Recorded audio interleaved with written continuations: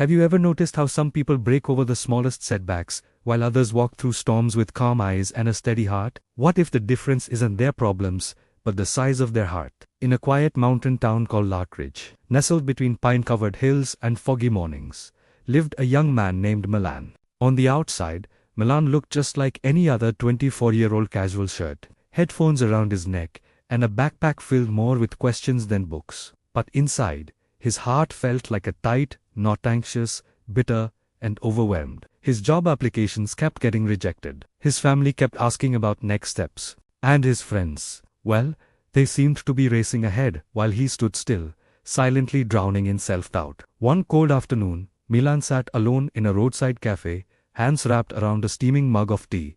He wasn't there for the tea. He was there because he had nowhere else to go. That didn't feel heavy. His thoughts were loud. But the cafe was louder chatter, spoons clinking, chairs scraping. That's when his ears caught something unusual. At the next table, a group of old men sat sipping tea and laughing quietly. One of them said, "You know that old man who lives by the willow grove? Folks say, he's not just wise, he sees straight into your soul. My nephew was depressed for months. One visit with him changed everything." Another nodded. "He doesn't say much, but when he does, it sticks."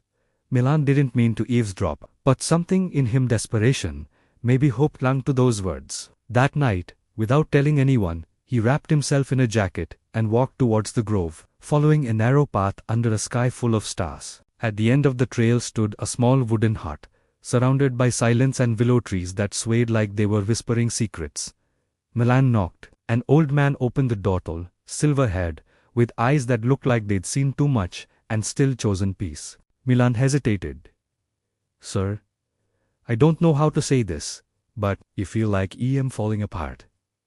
Nothing is working. Everything feels too much. I don't want to feel like this anymore." The old man didn't respond with words. He turned and walked inside. Confused, Milan waited at the doorway. A moment later, the old man returned with a small glass of water and a pinch of salt. He sighed gently, put the salt in the glass, stir, and drink. Milan did. The taste made him wince. "It's awful. Bitter." The old man nodded. "Now, follow me." They walked a short way down the hill to a clear, wide lake. The moon reflected on the still water like a painting. The old man handed Milan another pinch of salt. "Throw it in the lake," he said. Milan tossed it. The salt disappeared with a ripple. "Now," the old man continued, "take a sip from the lake." Milan leaned down, cupped the water in his hands, and drank. "It tastes fine," he said, surprised. "No bitterness at all." The old man looked at him, eyes soft but steady. "Son, the pain in your life is like salt, pure and real. But how much bitterness it brings depends on what you pour it into. If your heart is like this glass, every pinch of pain will make you bitter. But if your heart is like the lake, wide, patient, open, then even great sorrow won't leave a bitter taste."